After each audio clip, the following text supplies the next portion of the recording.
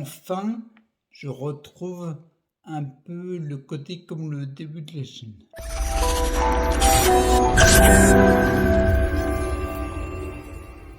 Ça y est, c'est la saison 8. Je suis tout content d'attaquer la saison 8. Tu vas voir, ça va être vraiment différent. Il y a beaucoup de nouveaux thèmes. Il y aura bien sûr les thèmes récurrents. Tout ce qui est autour de la santé autrement. D'accord? Je suis hyper content. En fait, comment dire, je vais te dire comment je suis, mais enfin, je retrouve un peu le côté comme le début de la chaîne.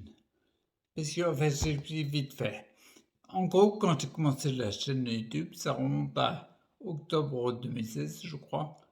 Oh non, la première, c'était fin de l'année. C'était le 8 décembre, ça me revient. Et en fait, à cette époque-là, mon fils était en alternance. Du coup, j'avais du temps pour m'occuper de la chaîne. Et on va dire, ça fait 4 ans, bah, 5 ans, 5 ans maintenant, c'est une année en plus. Mais en gros, j'ai eu mon fils tout le temps H24 à la maison. Et clairement, pour faire une chaîne YouTube, c'est un peu plus compliqué. Donc là maintenant, je sais que depuis septembre dernier, ça fait un an pile poil qu'il est plus ici, qu'il est chez mon frère. Du coup, j'ai du temps libre. Et c'est pour ça que je dis, le fait de mettre en place la saison 8, ben, j'ai du temps pour moi pour le faire. H24, j'ai du temps pour moi. Et je me retrouve un petit peu comme au début. C'est pour ça que je suis vachement content. Donc j'avance pas, parce qu'on est déjà combien? Putain, on a 2 minutes de vidéo. Ça va vite. Donc, en fait, les trucs qui vont changer, c'est la fréquence des vidéos. Je te rappelle les vidéos, il y a des vidéos au journal de bord que je continue à en faire, qui sont plus pour directement sur le vif, je veux dire. Après, il y a des vidéos EDS bilan. Bilan et EDS. Les vidéos bilan, je les ferai plus tous les mois, mais je les ferai plutôt tous les trimestres. Parce que je me rends compte qu'il y a besoin d'avoir un peu plus de fréquence pour les retours sur le corps, le physique, l'esprit, tout ça. Et les vidéos DS, je t'invite à réfléchir en fait. Comme je le dis depuis longtemps, j'avais fait un mug là-dessus, mais je ne suis pas médecin, moi. Je suis uniquement un patient qui réfléchit. Donc je t'invite à réfléchir sur un truc. Le thème de la vidéo, je vais te le dire après, on va attaquer direct. Donc pour les fréquences de vidéo, c'est bon. Là, oui, t'étonne pas s'ils incluent des personnages imaginaires ou décédés ou que je te raconte que j'ai parlé à un objet et tout. Je me laisse libre de tout dans cette saison. Je fais intervenir des fois des personnages imaginaires ou décédés quand c'est judicieux, quand ils ont quelque chose à dire, qu'à mon avis, ils ont quelque chose à dire.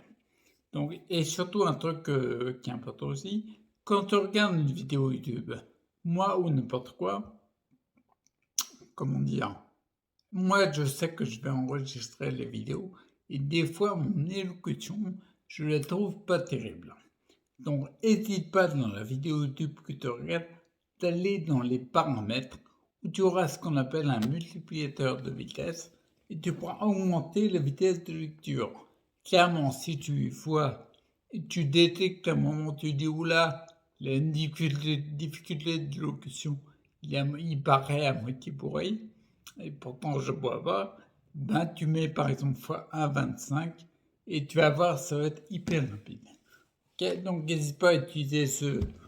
C'est un glitch un peu. On appelle ça un glitch. C'est pour regarder une vidéo plus propre, quoi. Donc, du coup, le thème de la vidéo aujourd'hui, je regarde le temps, 4 minutes 30. Donc, le thème de la vidéo, je vais te parler pour la première. Parler de ce qu'on appelle les effets secondaires, les effets indésirables. En effet, on les déjà vu. Et pour commencer, je vais te dire quand est-ce que j'ai commencé à regarder un peu les effets qu'on appelle secondaires. Et je vais dire après pourquoi je dis qu'on appelle secondaires. J'ai commencé à regarder ça en fait en 2011.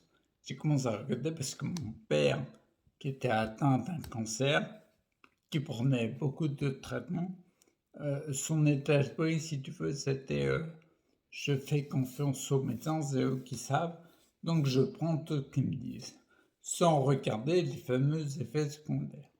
Et je lui ai demandé si je pouvais commencer à regarder ça.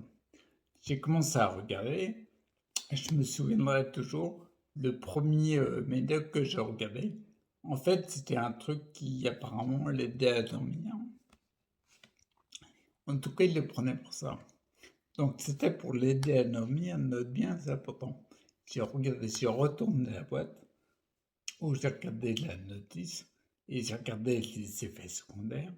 À la troisième ou quatrième page, un truc comme ça, c'était marqué insomnie. Pour un truc qui est censé aider au sommeil.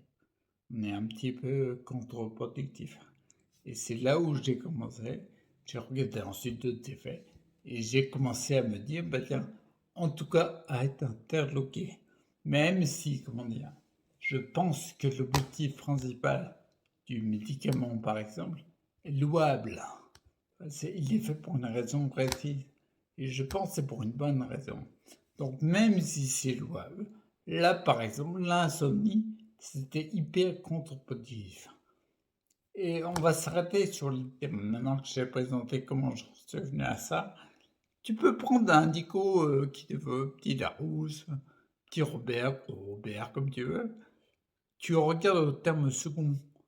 Le terme second, en tout cas en langue française, c'est attribué quand il y a deux participants. Par exemple, si tu vois un sport, la boxe par exemple, où il y a deux participants, deux adversaires, on va dire, tu as toujours un premier et un second. À partir du moment où il y a plus que deux participants, on n'utilise plus le terme second, mais le terme deuxième, troisième, quatrième, cinquième, etc. Excuse-moi, mais quand on regarde les effets, dis-moi si je me trompe, mais j'ai l'impression qu'il y en a plus que deux. Donc c'est même pas français d'utiliser le terme second. D'accord? Donc moi, ça m'interloque. Je dis, tiens, il y a un truc qui va pas. Et là où je voudrais aussi attirer ton attention, c'est la définition du terme secondaire. Le terme secondaire, la définition, en fait, on lui attribue le côté de moindre importance. De moindre importance. Mais il y a certains effets. Par exemple, toi, je te dis au début de la vidéo, le côté insomnie, je ne trouve pas que ce soit de moindre importance. Je sais bien, tu vas me dire, je sais bien que consciemment, c'est pas ce qu'on se dit. Mais là où je voudrais qu'on attire l'attention, c'est le côté inconscient. Inconsciemment, on sait que secondaire, c'est de moindre importance. Ça veut dire qu'à chaque fois qu'on dit le terme, qu'on utilise le terme consciemment, notre inconscient, on présuppose que c'est de moindre importance. Ou on parle d'effet indésirable. On présuppose que seulement on ne le désire pas. Mais c'est un peu plus fort que ça. Je donne un exemple après et juste avant, je vais parler d'un médecin. Le médecin, il s'appelle Claude Bernard. D'accord, il a vécu à la fin du XIXe siècle, à l'époque de Louis Pasteur. Ils avaient 9 ans d'écart, je crois. Le médecin Claude Bernard était physiologiste. Contrairement à Louis Pasteur, enfin contrairement.